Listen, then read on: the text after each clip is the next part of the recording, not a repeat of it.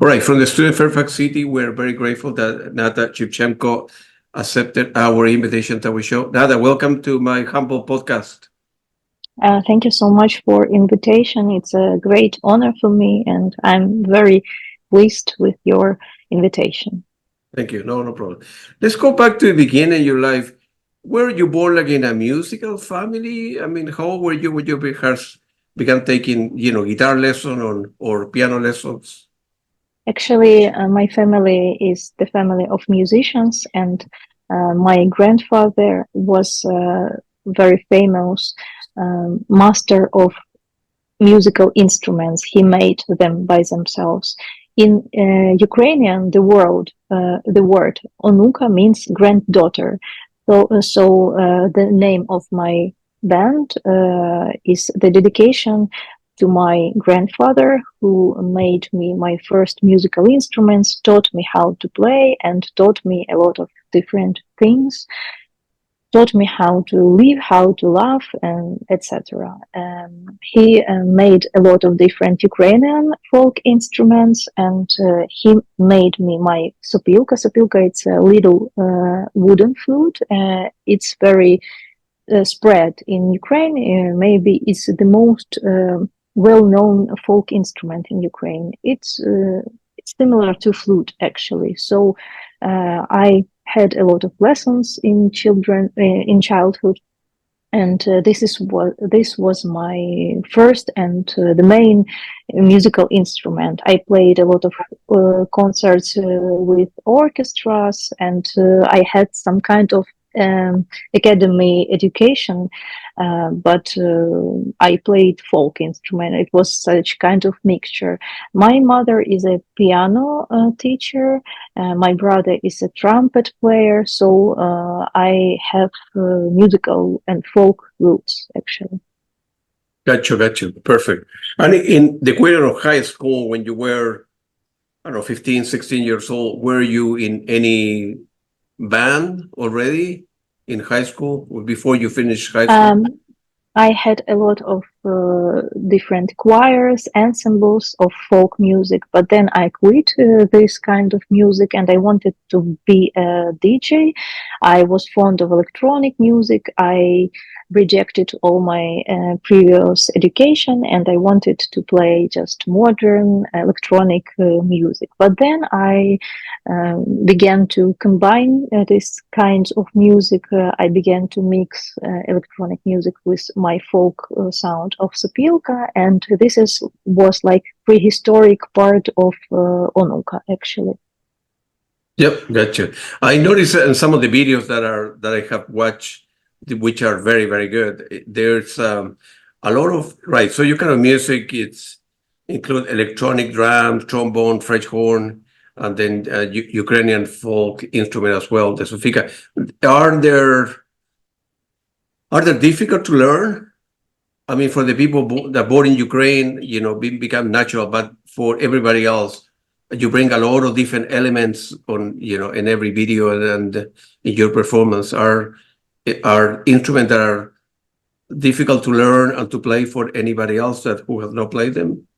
I think this, like any other instrument, to play good, you have to take a lot of time, had a lot of practice and something like that, because all of these instruments are just another kind of musical instruments, and to play practice the same time as you play piano or trumpet or any classical instruments. Yeah, it's a lot of practice learning that. I noticed that you were a member of a band, I think it's called Tomato Jaws, that you started with your brother, and you were active for, I don't know, 10, 15 years, right? Before you went on your own, right? Yeah, 11 years, actually. 11 years, yeah. Yeah. And how did it go with that? I mean, you knew back then that, well, when you finished high school, I imagine that you knew that you wanted to be a musician. You didn't know what type of musician, right? But you knew that music would become important in your life. Music was the main purpose of it, the main goal, the main aim, and the main motto, maybe. And it guided me through the whole life from early childhood. My education is not musical, actually. I am a culturologist. It's about culture. It's about ethno culture, but it's not a musical education. But music was always in my life, and there were choirs. Then it were the band Tomato Joe's, and there were some solo DJ sets with the playing of sopilka with some vocals. It was a total experiment during all my life, and Onuka is some kind of continuing of this experiment. Gotcha. And I noticed that I read somewhere that at the beginning, I don't know if your business partner or not, but Filatov band end up helping you creation of Onuka, and many songs were remixed again, right, to make it into your style of music. That is that correct? Is a fair assessment? Actually, he's my husband and Your my husband. Okay. partner in life and in music, and he's my like Business art manager or art art director? Right? director of Gotcha. Onuka, and we compose music together. He is responsible for arrangements, for sound, and also he had directed some videos for Onuka, and this is our kind of collaboration. We compose together, produce together, and everything in Onuka is done by ourselves, by two people, he and me. I got you. Let me pause for a minute. And then after the remixed, I noticed that your first album was released actually, October 15, almost 10 years ago. 10 years ago, right? And Yeah. I think it was the best selling record of the month in Ukraine's iTunes at the time, right? Yeah, and it was on top very, very long time, maybe a few years. It was in in the first 10th of releases. I got it. And then, so it was, were you at the time, once you released the first album, did you have the opportunity to tour with your band at the time? Yes, it was at the beginning of a big career of Onuka. There were a lot of solo tours and tours in Ukraine and in Europe, also in USA and in China, in Canada. So we had a lot of different concerts all over the world, different TV shows, different festivals, and this was interesting time. It was very unique for me because I didn't want to make a huge project. Like I wanted to make some avant-garde, some with a small audience actually, as I always used to play. But Onuka made it greater than I expected, and it was very new feeling and impression for me, and I was really overwhelmed with this succeed and with this acceptance of audience, because it was an English speaking music almost, and it was accepted very warmly by Ukrainian audience, and it was very unexpected that songs in English would be accepted so warmly by Ukrainian speaking audience, and it became a popular project that I had never expected, and I had never wanted to be a popular project with a popular music and with a popular audience actually. Yeah, okay, that's great. And the second EP, I was listening to some of your music this week as well, and the look that was released in, I think it was later on in called Bidlik on February 8, 2016. And I Yeah. think you mentioned the Chernobyl disaster and the impact on Ukraine, as a major influence of that particular album. Feel free to elaborate because that was a big, big disaster. And currently nowadays in Ukraine, and it's gone very difficult. I like peace in the world, and we have so many problems, and nobody does anything about it, and it's difficult, not just in Ukraine, but versus Russia and Israel and Palestine and so the border, and hopefully your music can bring a positive message to the whole world, because we need more peace in the world. But feel free to elaborate on that particular EP. Actually, those EP that you are talking about in 2016, it was dedicated to Chernobyl disaster. Right. And there were everything about this topic. It's very clear topic for me because I went to Chernobyl many times. I went there for shooting, for inspiration, for some education, for some research, for some interviewing, and this is the zone which inspires me a lot. And my father was a liquidator of this disaster in 1986, so it's very clear, and it's very next to me, and it's my personal topic that I adore, that I am inspired by, and I'm into this topic very much. That is why I wanted to reflect this knowledge, these thoughts, these feelings in music. And this EP was just a dedication of to this tragedy, to all the liquidators, to all who saved the world in 1986 and continues to save it till now, actually.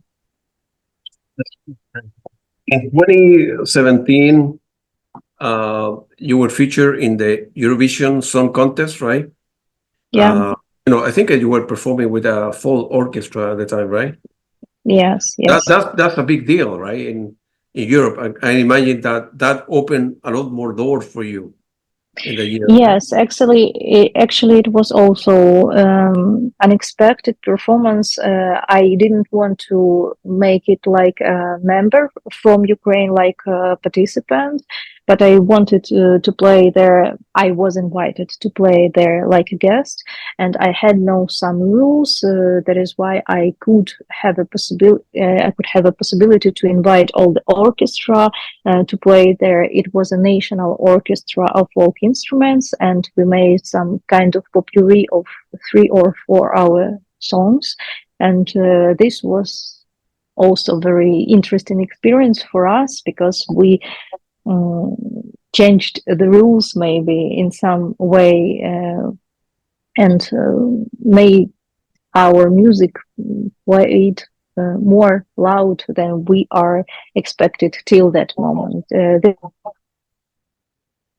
Gotcha. And then a couple of years after that, in 2021, no, I'm sorry, in 2018, Mosaica was released. I'm trying to pronounce the names as best as I can. I think it was Mosaica was the one that was released in 2018. That correct?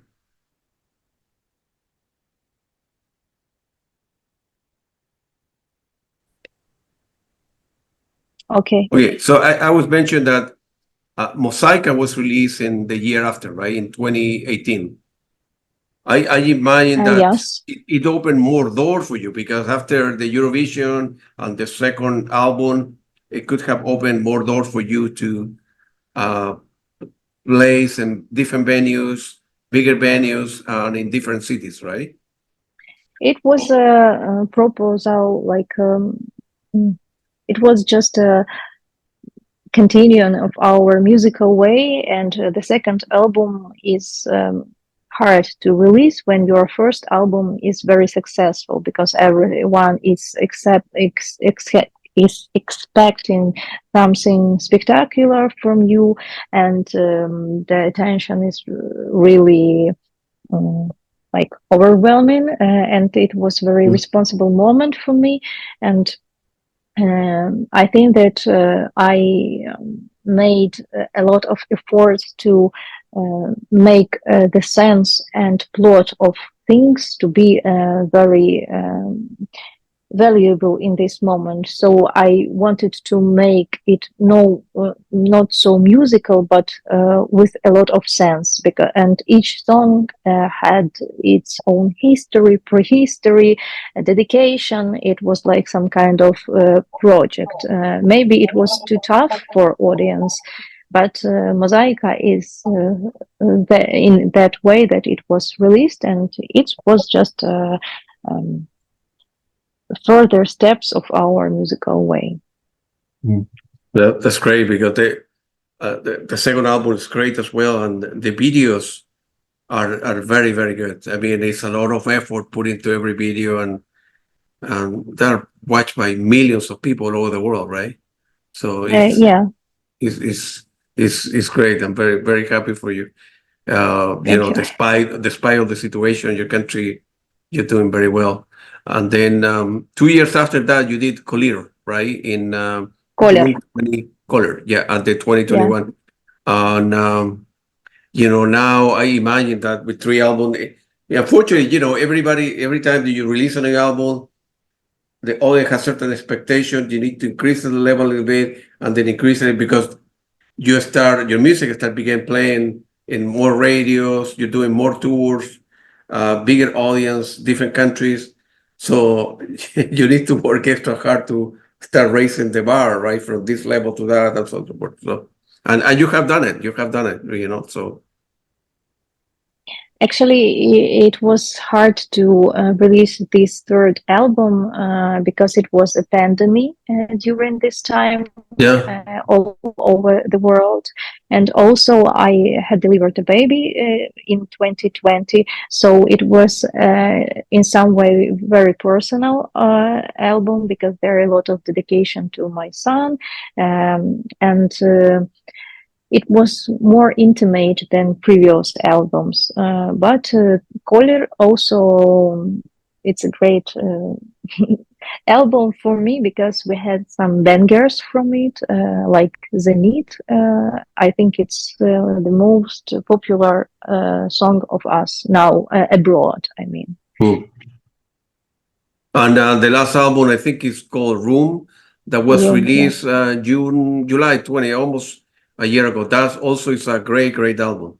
A great album. Actually, it's all Ukrainian speaking album. Yeah. It's the first totally Ukrainian album, and it's a reflection of full-scale war. It's like a musical diary, and every song of it's a dedication to volunteers, to warriors, to people who had to immigrate, to our dead soldiers, to our future, to our frustration. So it's kind of musical diary of this the scariest year that I had. Also, I have delivered a second baby a year ago, and there's some kind of dedication to our daughter, to the child of war, because she was born, and her first night was in a bomb shelter, in a maternity hospital. So we are living in very interesting historical times. It's very tough. It's very awkward in some way, and it's very exhausting. But we have to do something. That is why we are continuing to make music, to proclaim about what is happening in Ukraine, and this is the very best way that we can to do with this reality, and this is our answer to all our events, to all our tragedies, and this is how I face this reality. Yeah, unfortunately, you know, despite all the difficulties, all the problems, and people die, and people emigrate and leave everything behind. You have a couple kids, and it's still you continue to do great music, and try to do the best of what you have, and it's amazing. It would have been very easy for you to give up and don't continue with the music, but you still continue to working hard, producing great music, and you had an unbelievable voice, and your videos are excellent. So I'm very happy for you. Um, the A lot of people, I think several comments on YouTube that they see a big Bjork influence for the outlook. Obviously, it's a different music, right? But do you see that? Is that was part of Actually, influential person in your life? she had a great impact on my musical Yeah, education. She was yeah. my favorite singer in childhood, and I adored her. I visited her concerts, but I did love her music till some albums, maybe 4 or 5 of last albums are not understandable for me. Maybe I think it's they're huge and pure art, but not popular music anymore. That is why some kind of happening or some kind of musical performance, but not the song that you can listen to in your earphones, for example. But she made a lot of influence on me, and I respect her with my greatest feelings, and I love her and I adore her. Like she is my musical hero anyway, and I think that a lot of Bjork is a great comment for me, because it's an honor if someone sees some parts of Bjork in my art. I think that it's impossible to copy Bjork, but that reverences that I do in her line or in her way, it's important for me that people really see it and appreciate it. No, absolutely, absolutely. And I also noticed that you have several strong ties with different orchestras as well. That for you, is part of your music, and it's particular is great. It's difficult nowadays in Ukraine to coordinate effort to play live music and audition and tour in your country, because you guys are facing so many basic problems that I don't know to if people put music in the background because they need to worry about the day to day um and so forth. So Actually, we had to adjust to this reality.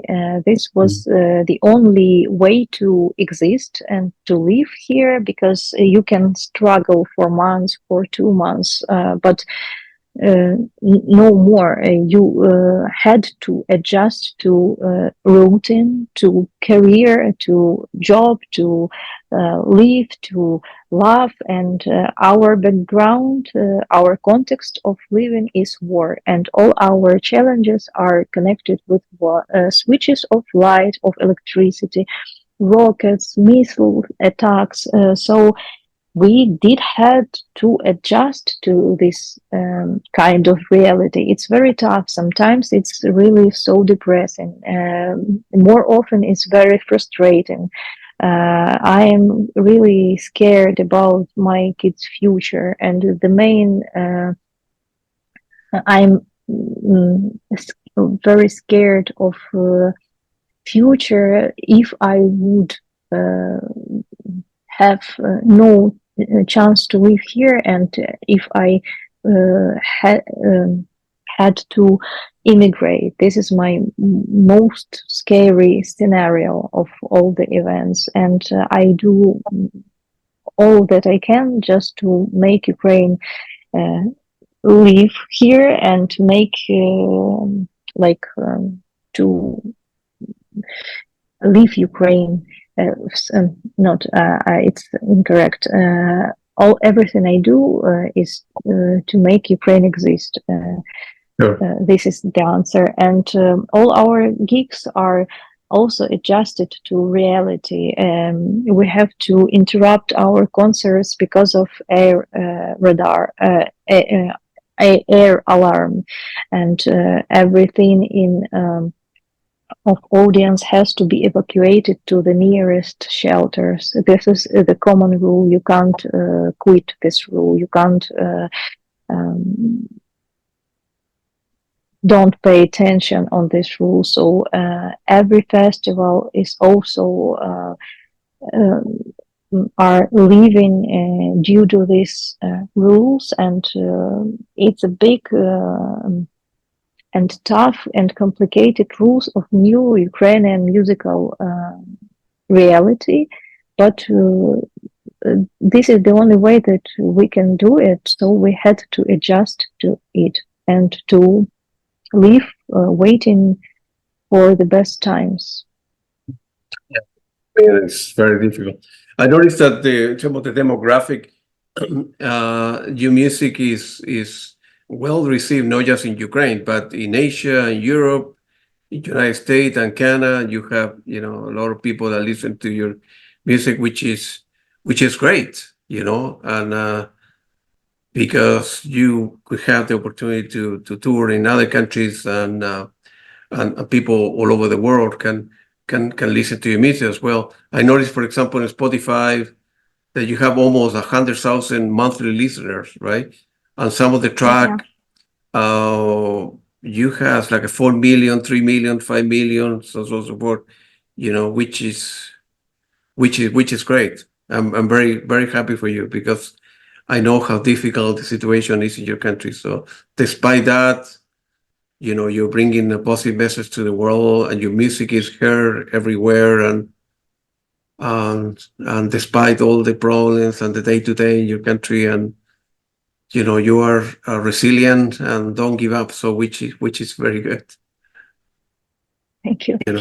No problem. And because I know how difficult it is on there. And I think in support of the album, if I remember correctly, Mosaica, the band performed a show at the Stereo Plaza Hall in Kiev. That correct? And I think there were like almost 5,000 people on the gig, right? Yeah, that's true. Yeah, wow, it's impressive. Yeah, feel free to elaborate. I imagine that was a big and important day for you at the time, right? Yes, actually, it was some kind of a show that we were preparing for a few months. It was also with orchestra in some part, with some visual and some lightning stuff. It was really a next level for us. But when we played some festivals, we had more audience. For example, it was more than 50,000 of people when we played Atlas Weekend. It's also a festival in Kiev. It was before the full scale invasion, and I think that this was the most huge audience of our performance. I got it. Perfect. And I think I read in your website that your band Onuka had become the Ukrainian ambassador for Spotify Equal, showcasing social responsibility, for the of the band, and so on and so forth. And I think your visual material was featured on a billboard in Times Square in New York, which is a big deal. I live close to Washington D.C., but I go to New York very often, and have the billboard, showcase your face, your music, and mentioning that's unbelievable, man. Very, very, very happy for you. Thank So you. very happy for you. It was very important for me. It was last year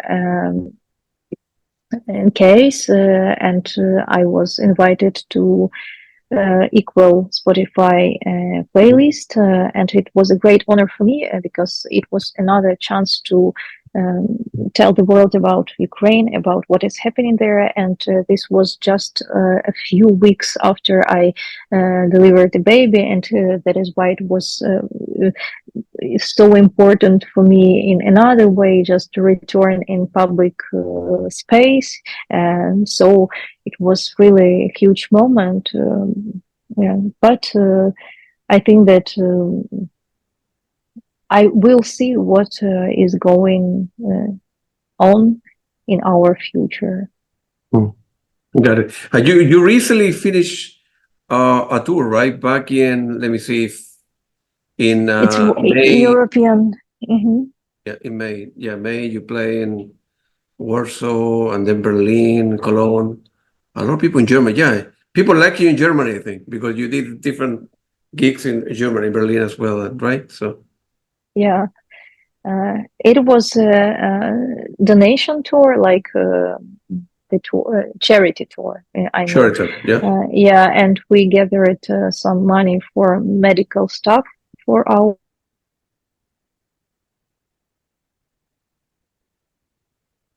Wonderful. Okay. So you were mentioning that you finished a tour in Germany, Berlin, Cologne, and so forth. Any possibility of you coming to play here in the United States toward the end of the year? Maybe it would be this fall, but it would be it would depend on what situation will be here in Ukraine, if we will be still alive, for example, or if we would have a possibility to leave Ukraine and go abroad, because we have a strict rules now, and we will see it a few months later. And we have the invitation, but we don't know if it would be realized actually now. So we are planning, but we are not announcing it because everything is very complicated. Yeah, hopefully you will be stay alive with your kids, and because I know it's a lot of people take for granted the day to day that you're not able to do the normal thing here in your country, right? And so I know exactly what you're saying. So we would love to see you here in the US, and if you do, I will attend several shows, and hopefully you can play here in Washington, D.C. as well, which there are so many great venues here, so you will do very well.